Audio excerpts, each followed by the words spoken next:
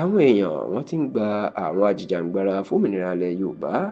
ìyún àwọn Yorùbá Nation Agitators ní ìmọ̀ràn pé kó máa kún fún àdúrà nítorí pé ó ṣeé ṣe kó jẹ́ pé wàhálà àti rògbòdìyàn tó ń ṣẹlẹ̀ láàrin àwọn olóṣèlú lẹ́nu ọjọ́ mẹ́ta yìí kó jẹ́ wípé àwọn gan-an ni yóò padà wúlò fún un tó jẹ́ pé gbogbo ìjàǹgbara wọn àti èròǹgbà wọn tó ti ń jà látọdún yìí, ìjà tó ti bẹ́ sílẹ̀ láàrin àwọn olóṣèlú yìí, àwọn ni yóò padà ṣiṣẹ́ fún tí ìdásílẹ̀ orílẹ̀-èdè Yorùbá wọn yóò sì bọ́ sí ìrọ̀rùn láì pariwo rárá àti láì ní ìtàjẹ̀sílẹ̀ nínú. Ẹ rántí wípé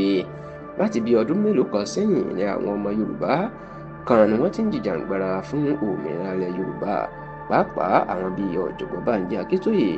olóyè Sunday Adéyẹmọ ẹni tó pè é mọ̀ sí Sunday Ìgbòho wípé àníṣe lọ́dọ̀ tàwọn oko ẹrú ni Yorùbá wà ní orílẹ̀-èdè Nàìjíríà àti pé bí Yorùbá ò bá kú lórílẹ̀-èdè Nàìjíríà bí ẹni pàwọn wà nínú òde ni ìyà ńlá náà sì fi ń jẹ Yorùbá nù Nàìjíríà. Èyí ló jẹ́ kí àwọn bàbá méjèèjì kán máa sáré kiri lọ́tùn lósì lọ́gànjọ́ òru lọ́sàn-án láàárọ̀ lálẹ́ kán sì máa dààmú gidigidi láti rí i pé ọmọ Yorùbá wọ́n ní òmìnira wọ́n sì bọ́ sínú ìgbádùn. Ṣùgbọ́n àwọn tó jẹ́ pé bí wọ́n ṣe ń ṣe akitiyan yìí ilà àwọn olóṣèlú náà ń fà wọ́n sẹ́yìn ni wọn ò fẹ́ jẹ́ kí èròǹgbà wọn kó wá sí ìmúṣẹ.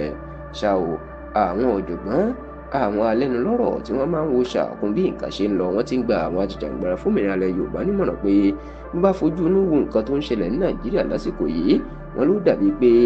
ọ̀nà ti fẹ́ ṣí fún òmìnira ilẹ̀ Yorùbá nítorí pé n tó ń ṣẹlẹ̀ lásìkò yìí láàrin àwọn olóṣèlú ó ti fẹ́ ṣí ọ̀nà àbáyọ fún àwọn ajìjàǹgbara fómìnira ilẹ̀ Yorùbá. Ǹjẹ́ ọ̀nà wo ló fẹ́ ṣí? Kí ni nǹkan tó ń ṣẹlẹ̀ tó fẹ́ ṣí ọ̀nà fún òmìnira ilẹ̀ Yorùbá? Wọ́n máa ní àtúntò owó orí tí ààrẹ Bọ́lá Ahmed Tinubu tó gbé jáde yan tax reform bill, èyí tí àwọn alágbára ilẹ̀ Haúsá tí wọ́n ń takò wípé àwọn ló fẹ́ fi gbógun tì, àwọn ló fẹ́ fi bà láyé jẹ́. Ẹ sì rántí pé nínú òfin àtúntò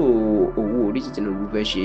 ìlú ti fẹ́ gba agbára fún gbogbo àwọn ìpínlẹ̀ tó jẹ́ pé àwọn ìpínlẹ̀ àwọn ni yóò máa rówó tó sì jẹ́ pé ìwọ̀nba péréte ni yóò máa bọ́ sọ́wọ́ ìjọba àpapọ̀, èyí tó dàbí ẹni pé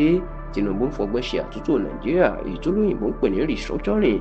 Eléyìí làwọn Haúsá sì ti rí tó jẹ́ pé n tí wọ́n gbójúlé ni pé àwọn owó orí tí wọ́n ń pa ní ìpínlẹ̀ Èkó àti àwọn ìpínlẹ̀ apá gúúsù míì ni làwọn náná fi ń ṣararin dín. Wọ́n rí pé ọgbọ́n ni Tinubu fẹ́ fi gbà á lọ́wọ́ àwọn báyìí. Eléyìí ló jẹ́ kí àwọn àgbà Haúsá àtàwọn gómìnà wọn kan máa yarí tọ́rọ̀ ọ̀hún sì ti ń di ìjà débi pé wọ́n ti ń lérí sí Tinubu. Àwọn ọ̀jọ̀gbọ́n ìwà ni bọ́rọ̀ ìbá ń lọ tí ìjà ń ṣẹlẹ̀ báyìí tó ti fẹ́ di ìjà Haúsá àti ìyẹn tó ti fẹ́ di ìjà àwọn apá òkè ọya àti àwọn apá gúúsù ìyẹn Southern versus Northern Nigeria. Wọ́n nílé yìí ó ti fẹ́ fi hàn pé òpin ti fẹ́ dé bá Nàìjíríà ni tó sì ní bọ́ bá fi lè ja ìjà yìí débi pé wọn ò jẹ́ kí Tinubu ṣe sáà kejì. Wọ́n ní irú àwọn Tinubu náà lè fìbínú sọ ipá àwọn ò ṣe Nàìjíríà mọ́ wọ́n sì ṣàtìlẹ́yìn fáwọn Sunday Ìgbòho láti jẹ́ kí òmìnira Yorùbá tètè yá. Èyí ló fi ní káwọn ọmọ Yorùbá kán máa gbàdúrà o pé kí ìjàmbá ẹ̀ kó máa ṣẹlẹ̀ lọ kéde wọn má yẹra wọn mọ́ nítorí pé yóò padà wúlò fún òmìnira ilẹ̀ Yorùbá ni.